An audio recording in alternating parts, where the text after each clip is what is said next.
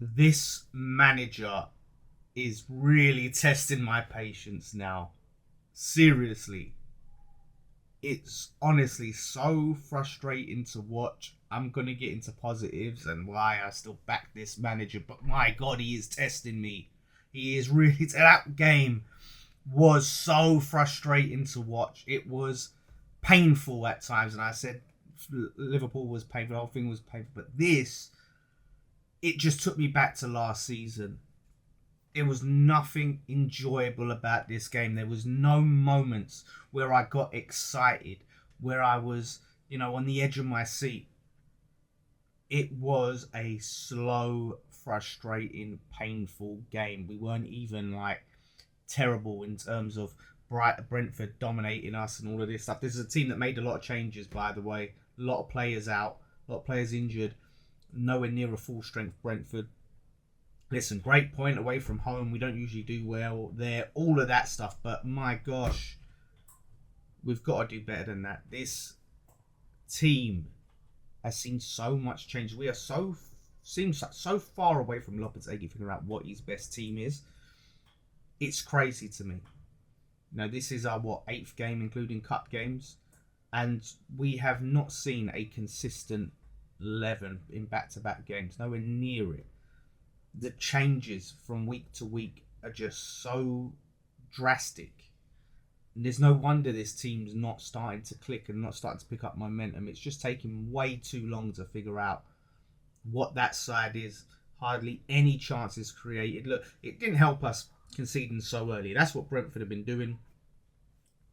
Understand that. And it hasn't helped the game plan and all of that sort of thing. But when you're down a goal, I want to see some sort of urgency, some sort of intensity. There was none of that today. Just the slow, painful build-up play that I've seen over the past few seasons. The sidewards and backwards passing. No penetration. Let's just chill. Let Brentford get back. Let them get their shape. And we'll just pass it round until we see an opening. When we don't see an opening, we'll just cross it in for it to be easily dealt with and headed away by the defenders. That seems to be the game plan. And it's just crap. It is absolutely crap. Lineup-wise, honestly, seeing Antonio played well against Liverpool when he come on, but that doesn't mean he should start. That doesn't mean he warrants a start just because he had a good spell against Liverpool. It means, he's good off the bench. Like I've been saying for a long time, Antonio would be great off the bench. But he starts him, and the guy is just a passenger. And nothing. I love Antonio, all of that stuff. Been a great player for us, but I'm sorry, he's just massively ineffective starting up front for us. He wants to be on the wing. It's where he wants to be. He's desperate to be there. He's anywhere but the box. This is our number 9, by the way. Anywhere but the box. He's there just deep, carrying the ball in midfield, rolled the players around the edges, and there's a couple of players in the box, and he's there, pass it out wide to Emerson. What do you think he's going to do? Emerson is going to pass it. Emerson's getting ready to cross it. You think he's going to run into the box, try and get the end of it? Nope. He'll run out and join Emerson and watch Emerson cross it into the box. Where is the sense? I've said that you can't, after the Fulham game, I said you can't start Soucek and Antonio again. He started Soucek and Antonio. And Soucek took his goal, give him credit, took it well, scrappy goal, sticks it in the back of the net. But apart from that, what did he do? Can anyone point out anything that he done? Because he's another passenger. And we sacrifice so much in terms of how we play and what we do with the ball when he is on the pitch.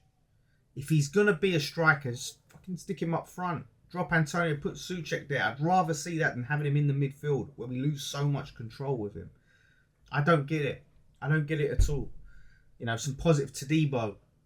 I think he's going to be absolutely quality for us. Really big improvement. Mavropanos was actually decent at right back, I thought, when he come on. The changes, honestly, I lost my head. Kudus coming on. Listen, we can say it worked, and it did. We got the goal, and we didn't look that bad after the changes, but at the end of the day, Kudus is one of our better players. We still sacrificed him on the left wing. At this stage, drop Bowen, put Kudus on the right. Because Bowen isn't doing enough to justify a start in this team. he needs to do better. His corners are atrocious, and how he's still taking him, I don't know.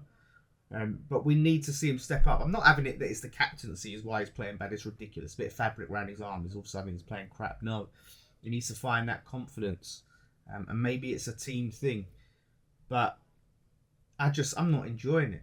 I'm not enjoying it. And it's one thing, like, if you're not getting results, but you're seeing them performances and you're seeing progression, then you can take that. It's hard to hold on to anything. You know, we still haven't lost away this season in the league.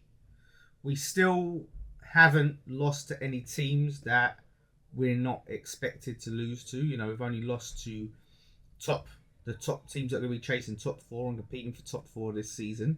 So it's not all doom and gloom. It's just the experience of watching the game is still crap. This is one reason I wanted Moyes out. The experience is crap. And it's not to say that Lopetegui is negative and defensive. There's just no identity there. And no real urgency. It's just taking him a little bit longer than I would like to figure it out. But he has to. He has to figure it out. There's players there, like Somerville. Why was Somerville dropped? Somerville is a left winger. Drop Bowen, start Somerville on the left, and start Kudus on the right. I mean, it makes sense. Bowen up top over Antonio at least. Bowen's not been great, but he'd do a better job than Antonio. It's just, I don't get it. I don't get why all the tinkering and experimenting. That's the frustrating thing. But, again, he makes substitutions, we get a goal. So, what I like about him is he can change games. You know, his game management is decent. But, yeah, Andy Irving, I think there's something there with that player. I think there really is something there with him. I would like to see him get more chances. Solo is growing into the game, into the team. I can see him improving as time goes on. But yeah, man, it's just that Ipswich game, it needs to be a performance and a convincing win. Has to be nothing less. If we lose that game, I don't think I can back this manager anymore. I really don't. And even a draw, it's going to be very hard for me to back him if we draw to Ipswich at home. It's time now. He needs to really figure it out. He needs to sit down and look at this team and decide, right, this is how we're going to play. We want to dominate. We want to have possession. We want to create chances. Here's what we're going to do. It's no surprise. Like, we hardly created any clear-cut chances. Yeah, we had 17 shots. Some people was like praising that. Like, oh, we had 17 shots. 2 on target. What is that something to be praised? It's just players just fucking hitting it with no real plan of it going in the net. No real idea. It's just like, fuck it.